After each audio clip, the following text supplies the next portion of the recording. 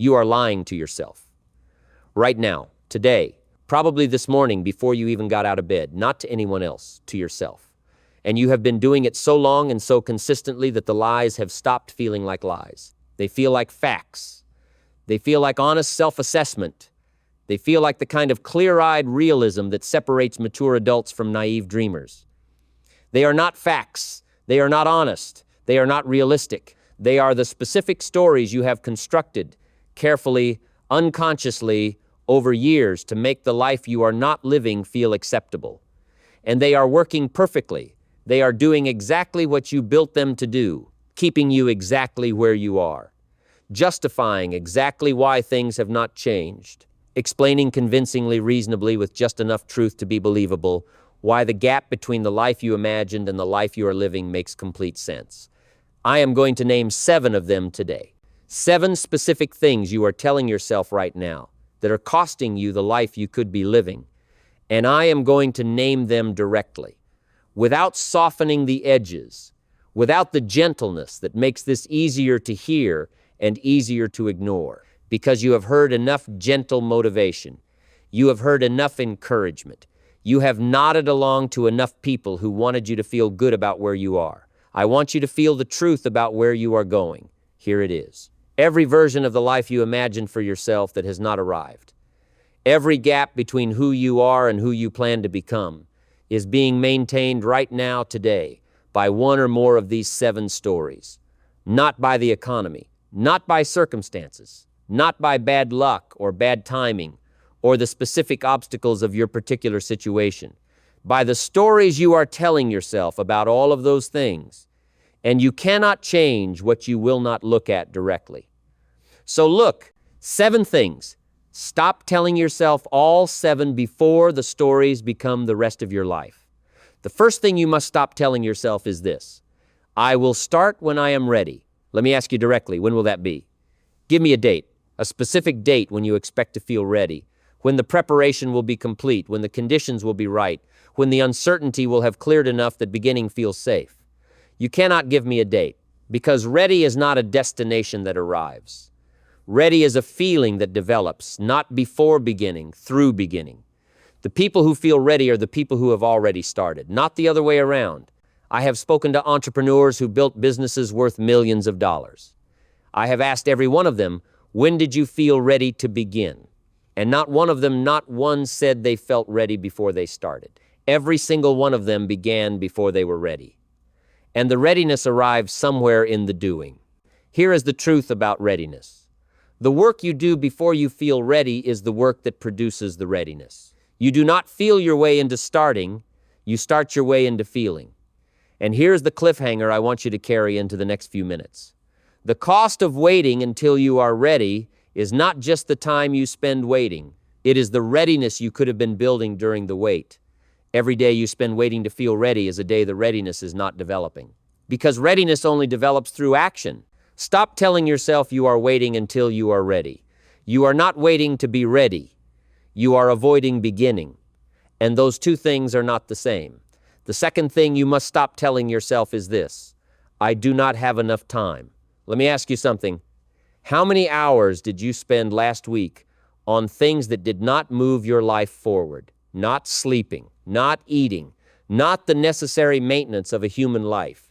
The other hours, the hours that were available and were given to things that produced nothing of lasting value. Most people, if they answer honestly, can find 10 hours in a week that were not used well. Some can find 20, not because they are lazy, because they have never deliberately chosen what to give those hours to. Here is what I know about time. Every person in this room has the same number of hours in a day, not more or less based on talent or income or circumstance. The same. 24 for the person building something extraordinary. For the person who feels they never have enough time. The same 24 hours. The difference is not the hours, the difference is the instruction. The person who builds something has given their hours specific instructions. This hour is for learning. This hour is for creating. This hour is for the work that matters most. The instructions determine what the hours produce. The person who never has enough time has given their hours no instructions, and uninstructed hours will always be claimed by whatever demands them most urgently. Not most importantly, most urgently. And urgency is never the same thing as importance. 1 hour a day, that is all I am asking you to find. 1 hour of deliberate, specifically instructed time given to the thing that matters most to you. That 1 hour compounded across 365 days becomes 365 hours a year of focused, directed effort toward the most important thing in your life. Most people do not give the most important thing in their life 365 hours in a decade. You can give it that in a year. 1 hour, every day, with specific instructions. Stop telling yourself you do not have enough time. You have the same time as everyone who built something. You have just been giving it different instructions. The third thing you must stop telling yourself is this: I am not the kind of person who succeeds at things like this. This is the most dangerous story on the list because it feels like self-knowledge. It presents itself as honesty, a clear-eyed assessment of your own nature, your own history, your own track record. But it is not self-knowledge. It is the accumulated evidence of operating under the story. Let me explain what I mean. You have tried things and they have not worked. Or you have watched yourself struggle where others seem to succeed easily. Or you have compared your results to what you imagined your results would be and found the gap discouraging. And from all of that evidence, you have drawn a conclusion. I am not the kind of person who succeeds at things like this. But here is the question the story never asks. Were you operating at full capacity when you produced those results? Were you fully committed? Were you learning everything available to be learned? Were you getting the right guidance from the right people? Were you persisting through the specific period of difficulty that precedes every meaningful result? Or were you operating as a person who had already told themselves they were not the kind of person who succeeds at things like this? Because if the story was already in place when the attempt was made, the evidence the story is using to confirm itself was produced by a person already operating under the story. The evidence is contaminated. The conclusion it supports is not reliable. And here is what I want you to replace this story with. I have not yet learned what I need to learn to produce the result I want. Not I cannot. Not I am not the kind of person. I have not yet learned. That replacement changes everything. Because learning is available. Learning is something you can do. Learning does not depend on a fixed capacity that you either have or do not have. It depends on time and effort and the willingness to be a student, all of which are completely within your control. Stop telling yourself you are not the kind of person who succeeds. Start telling yourself you are the kind of person who has not finished learning yet. The fourth thing you must stop telling yourself is this: it is too late for me. Now, let me be honest about this one, because it requires a different kind of honesty than the others. It is true that some things have windows. Some opportunities close. Some doors do not reopen. And pretending otherwise is not philosophy, it is delusion. But here is what is also true. The belief that it is too late is almost always applied far too early. I have watched people decide it is too late for them at 40, at 50, at 60, and I have watched people who made that decision spend the next 20 years proving themselves right, not because it was actually too late, but because the decision to believe it was too late ended the attempt. And the ended attempt is what made it too late. Let me ask you this: what specific thing do you believe it is too late for you to achieve? And now tell me, what is the evidence that it is too late? Not the feeling, the evidence. The specific, factual, verifiable evidence that the window has closed. For most people, there is no evidence.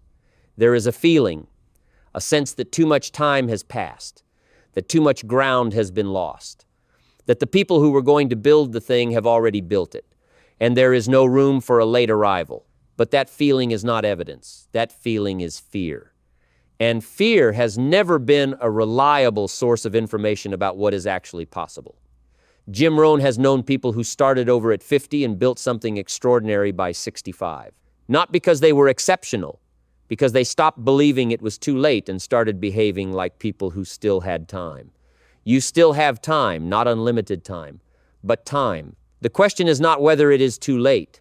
The question is what you are going to do with the time that remains. Stop telling yourself it is too late. Start asking what is still possible, and then go find out. The fifth thing you must stop telling yourself is this: I cannot afford to take the risk. And here is the question I want to ask about this one. What is the risk of not taking the risk? Because when most people say, I cannot afford to take the risk, they are comparing the cost of attempting against the cost of not attempting, and they are calculating the cost of attempting correctly. There is real risk, real potential loss, real uncertainty, but they are not calculating the cost of not attempting at all. What is the cost of spending another 10 years in the same position doing the same things, producing the same results? What is the cost of arriving at 65 having never tested what you were capable of? What is the cost of the accumulating regret, the slow daily awareness that the life you could have been living was available and you chose safety instead? Those costs are real too. They are just harder to see. They accumulate gradually, rather than arriving as a single identifiable loss. But they compound just as relentlessly. Here is what I want you to understand about risk. The choice is never between risk and no risk. The choice is always between which risk you are willing to accept. The risk of attempting the possibility of failure, of loss, of being wrong, is survivable. Every person I have ever known who failed at something serious eventually recovered. The risk of not attempting the possibility of arriving at the end, having never found out what you were capable of, is not recoverable in the same way. You cannot go back and attempt the thing you did not attempt. That time does not return. So when you tell yourself you cannot afford to take the risk, I want you to ask which risk you are actually choosing, because not choosing is also a choice. And the risk of not choosing is at least as significant as the risk of choosing wrong. Stop telling yourself you cannot afford the risk. Start asking which risk you can least afford to take. The sixth thing you must stop telling yourself is this: once things settle down, I will focus on what matters. I have been hearing this for 40 years in every city, in every room, from people at every income level and every stage of life. Once the kids are grown, once the debt is paid, once work calms down, once this particular season of difficulty passes, once things settle down. And I want to tell you something about things settling down. They do not settle down, not permanently, not in the way the story implies, where a calm period arrives that provides the space and energy and focus that the current busy period does not allow. Life does not move from busy to settled. It moves from one set of demands to another. The kids growing up is replaced by aging parents. The debt being paid is replaced by new financial pressures. Work calming down is replaced by the next urgent project. The difficulty passing is replaced by a different difficulty. The settled period is not coming. And the person who is waiting for it to arrive before focusing on what matters will spend their entire life waiting. Here is the truth that replaces this story. The time to focus on what matters is always now. Not because everything else will wait. It will not wait. But because the person who waits for everything else to quiet down will never find the quiet. The person who focuses on what matters does so in the middle of the noise, in the middle of the demands, in the hour carved out before the demands begin or after they end, in the 15 minutes found in the space between one obligation and the next. They do not wait for silence, they create it, a small, protected, non-negotiable space inside the noise, where the most important thing gets attention every day. Stop telling yourself things will settle down. Start creating the space inside the noise. Today, the seventh thing you must stop telling yourself is this: I already know what I need to know. This is the story that closes the door to everything else. Because the moment you believe you already know what you need to know, the moment the learning stops, the development stops. And when the development stops, the results stop improving. And when the results stop improving, the life stops expanding. Your income will rarely exceed your personal development. I have said this in every room I have ever spoken in, and I will say it one more time because it is the most important thing I know. Your income will rarely exceed your personal development, which means the moment you stop growing, you install a ceiling. Not a ceiling of talent, a ceiling of learning, a ceiling of how much you have chosen to understand about the world and your place in it. Let me ask you the most important question on this list. What did you learn deliberately last week? Not accidentally, not passively, not from scrolling through information that arrived without being invited. What did you deliberately sit down and study because you understood that learning it would make you more capable, more valuable, more able to produce the results you want? For most people, the honest answer is very little or nothing at all. And that answer is the ceiling right there. In that honest response to that question, the person who reads every day, who deliberately, specifically, consistently adds to their knowledge and understanding, becomes someone different over the course of a year, over 5 years, over a decade. Not because reading is magic, because the compounding of daily learning produces a mind that thinks differently, decides differently, sees differently. And different thinking produces different results. 1 hour a day, deliberate, specific, in the area where you most want to grow. That is the practice. That is the replacement for the story that says, I already know what I need to know. You do not already know what you need to know. None of us do. The question is whether you are going to do something about that today. Let me bring all 7 together, because I want to leave you with something specific. Stop telling yourself you will start when you are ready. Start today and let the readiness come from the starting. Stop telling yourself you do not have enough time. Find 1 hour and give it specific instructions. Stop telling yourself you are not the kind of person who succeeds. Tell yourself instead you have not yet learned what you need to learn. Stop telling yourself it is too late. Ask instead what is still possible and go find out. Stop telling yourself you cannot afford to take the risk. Ask instead which risk you can least afford, the risk of attempting or the risk of never finding out. Stop telling yourself things will settle down before you focus on what matters. Create the space inside the noise today. Stop telling yourself you already know what you need to know. Give 1 hour every day to the learning that expands what is possible. 7 stories, 7 replacements, every one of them available to you today. And here is the final question I want to leave you with. How long have you been telling yourself these things? A year? 5 years? A decade? And how much has it cost you? Not in money, in life, in the specific version of your life that was available and that the stories made unavailable. You cannot recover that time. But you can stop the accumulating cost today. 7 things. Stop telling yourself all 7 before the cost becomes the rest of your life. Thank you. And most people never sustain that commitment. They visit it occasionally, in moments, and then return to the safety of operating within what is known and proven and guaranteed. And here is what that costs. Not just the result they do not produce, the knowledge they never acquire, the knowledge of what they are capable of, because you only find out what you are capable of at the outer edge of your effort. Not in the comfortable middle, not in the known range, at the edge, where the outcome is uncertain and the cost is real. And the only thing between you and the thing you want is your willingness to keep going when everything in you is saying stop. That is where capability is found. And most people never go there. Let me tell you about the mechanism of limitation, because limitation is not what most people think it is. Most people think limitation is a ceiling, a fixed point above which they cannot go. Something installed in them by nature, a maximum capacity that is simply what it is and cannot be changed. But that is not what limitation is.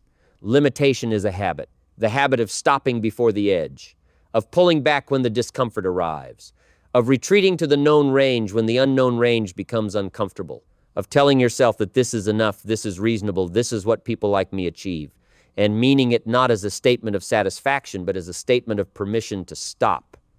And here is the critical thing about a habit. A habit can be changed, not easily, not without cost, but changed. And the habit of stopping before the edge, the habit of limitation, can be replaced by the habit of continuing, of going 1 step further than you went yesterday, of pushing past the point of comfort into the point of discovery, not dramatically, not in a single heroic effort, daily, incrementally, 1 degree further, 1 step deeper, 1 commitment more complete than the day before. And compounded across months and years, that single change, the habit of going 1 step further, produces a life that is unrecognizable from the life produced by the habit of stopping. Now let me ask you something uncomfortable. When was the last time you did something that genuinely tested your limit? Not challenged you mildly, tested your limit, made you uncertain about the outcome, made you work at the edge of your capacity, made you face the genuine possibility that you might not be able to do it. For most people, if they answer honestly, the answer is a long time ago, if ever. And that gap, The time since you last fully tested yourself is the gap between the life you are living and the life you are capable of. It is not a gap of talent. It is a gap of demand. You have not demanded enough of yourself, and the life you are currently living has not demanded enough of you. And the question is whether you are going to change that. Let me talk about the specific fears that keep people from finding out what they are capable of. Not fear in the general sense, the specific fears, named, because named fears can be examined and addressed. Unnamed fears operate in the background indefinitely. The first specific fear is the fear of finding out the answer is no. This is the fear underneath all the other fears. The fear that if you fully commit, if you go to the edge, if you put everything on the table and you still fail, then the failure will be definitive. It will tell you something about your capacity that you cannot argue with. It will close a door that, as long as you have not fully tried, remains technically open. As long as you have not fully tried, you can always tell yourself, I could have done it if I had really tried. That comfort is available as long as the full attempt has not been made. And so the full attempt is never made, because the full attempt risks the answer that makes the comfort unavailable. Do you understand what I am describing? Most people are protecting the illusion of their potential rather than testing the reality of it. They are keeping the possibility open rather than pursuing the actuality. And they are doing this not consciously, not as a deliberate strategy, but as an automatic, habitual avoidance of the specific fear that full commitment carries. I want to address that fear directly. The answer is not going to be no. Not because you are guaranteed to succeed at everything you attempt. You are not. I am not. Nobody is. But the answer is not going to be no, because the question is not binary. The question is not, can I do this or can I not? The question is, what can I produce if I give everything I have to this? And the answer to that question is always better than what you are currently producing. Always. Without exception. Because you are currently producing results at a fraction of your capacity. And any increase in your commitment, any movement toward the edge produces results that exceed your current results. You will not find out you are incapable. You will find out you are more capable than you thought. And that discovery will cost you the comfort of the illusion, which is the most valuable thing you can lose. The second specific fear is the fear of what other people will think. This one is quieter than the first. It operates more subtly. And it is more powerful than most people admit, because we are social beings. The opinions of the people around us matter to us in ways that are older than our ability to reason about them. They matter at the level of instinct, at the level of the body. The specific discomfort of being seen to try and fail in front of people who matter to you is a physical experience, not just an intellectual one. And this fear, the fear of the judgment that comes with visible failure, keeps more people small than almost anything else. Let me ask you something. Who are the specific people whose opinion of you would change if you tried something significant and failed at it? Name them. Think about them individually. And now ask yourself, are those the people whose opinion of you should be determining the size of your life? Because here is what I know about the people who are most afraid of what others will think. The people they are afraid of. The specific people whose judgment they are managing their ambition around, are themselves afraid. They are also managing their lives around what other people think. They are also limiting themselves. They are also not finding out what they are capable of. The courage to be judged is the prerequisite for the life you want. Not the courage to be judged favorably, the courage to be judged. And the specific courage required is smaller than the fear around it. It is not the courage to stand before a stadium of strangers. It is the courage to take one step in the direction of what you want, while aware that someone you respect might see you do it and might not approve. One step, visible, approved of or not, that is the courage required. The third specific fear is the fear of the cost, because going to the edge costs something. It costs time. It costs energy. It costs comfort. It costs the version of your life that is safe and predictable and known. And those costs are real. I am not going to minimize them. The person who fully commits to finding out what they are capable of will sacrifice things. Sleep sometimes. Leisure often.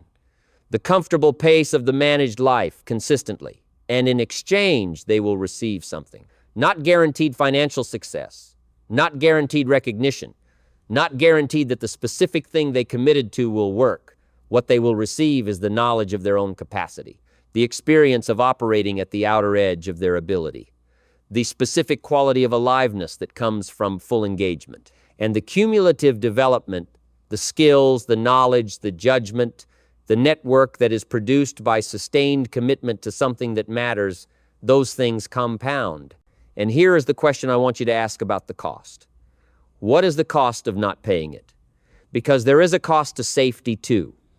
The cost of safety is the unlived potential. The cost of safety is the answer you never find out. The cost of safety is arriving at the end with your best work still inside you. And that cost, unlike the cost of trying, does not produce anything in exchange.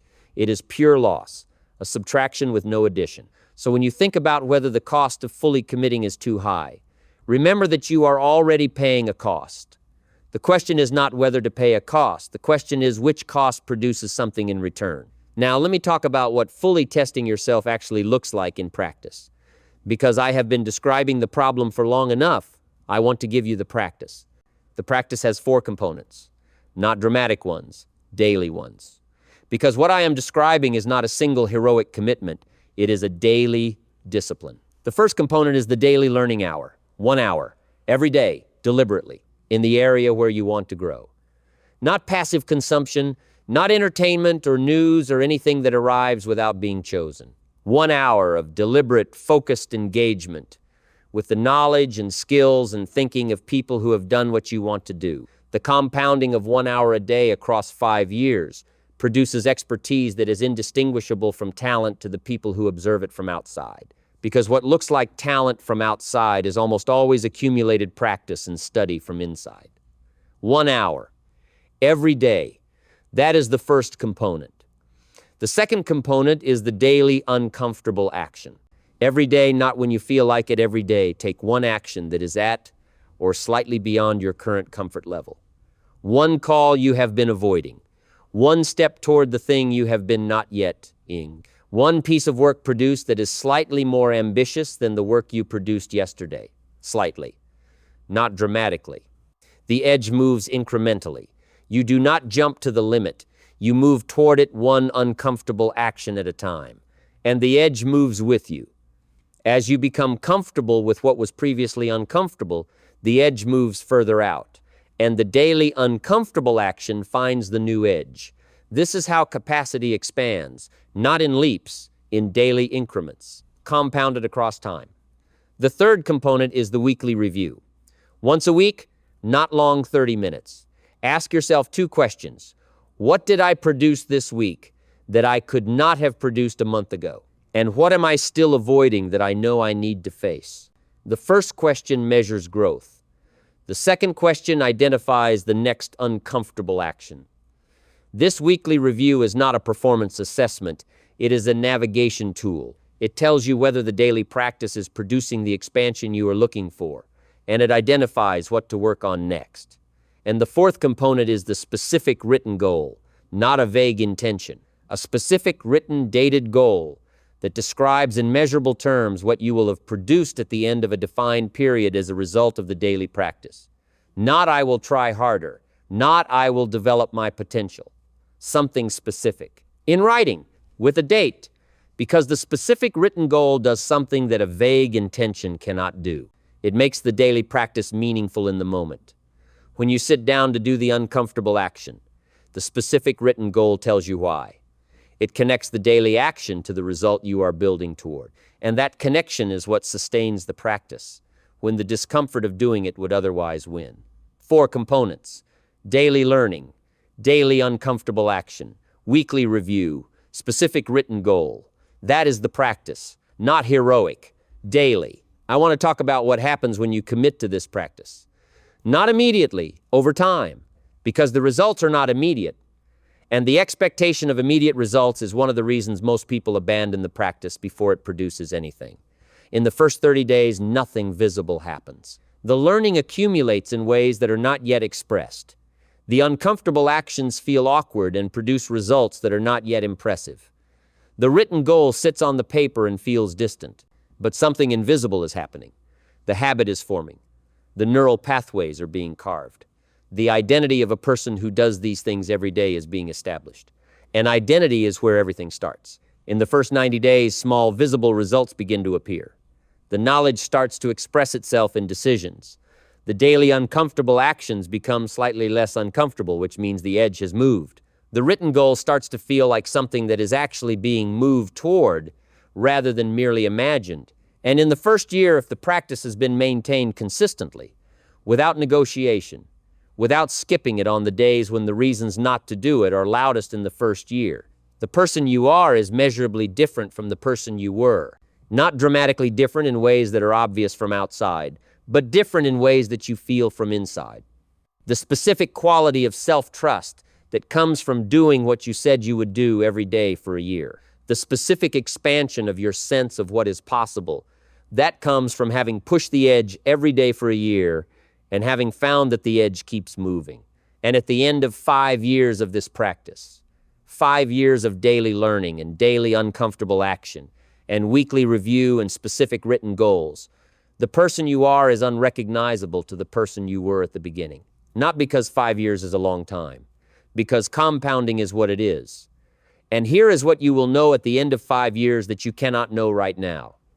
What you are capable of. Not because you figured it out intellectually, because you tested it daily for 5 years. At the edge of your ability, and the edge kept moving, and you kept following it. And what you found at the edge was not a ceiling, it was more edge. That is what most people never find out, that there is no ceiling. There is only the depth of your commitment. Let me bring this all together, because I started with the most honest thing I know, and I want to end with the most actionable thing I know. Most people will die without finding out what they are capable of, not because they lack the capacity, because they lack the daily practice that reveals the capacity. And the daily practice is available to you today in exactly the circumstances you are in, with exactly the resources you have. It does not require a perfect situation. It requires a daily commitment to 1 hour of learning, 1 uncomfortable action, 1 weekly review, and 1 specific written goal. That is it. 4 things. Daily, for as long as you have time. And here's the question I want to leave you with. Not are you capable of extraordinary things. You are. I am telling you that directly, and I mean it completely. The question is not capability. The question is commitment. Will you commit to the daily practice that reveals the capability? Not when the circumstances are better, not when you feel more ready, not when the timing is right. Today, because today is the only day that is available to you. Tomorrow will be available tomorrow. Yesterday is gone, today is here. And the person who starts today, who commits today to the 4 components of the daily practice, is a different person in a year from the person who decides to start tomorrow. Not because one day makes the difference, because the person who starts today has made a decision that the person who starts tomorrow has not yet made. The decision that the life available to them is worth the daily cost of finding out what they are capable of. Make that decision today, because most people will die without finding out. You do not have to be most people.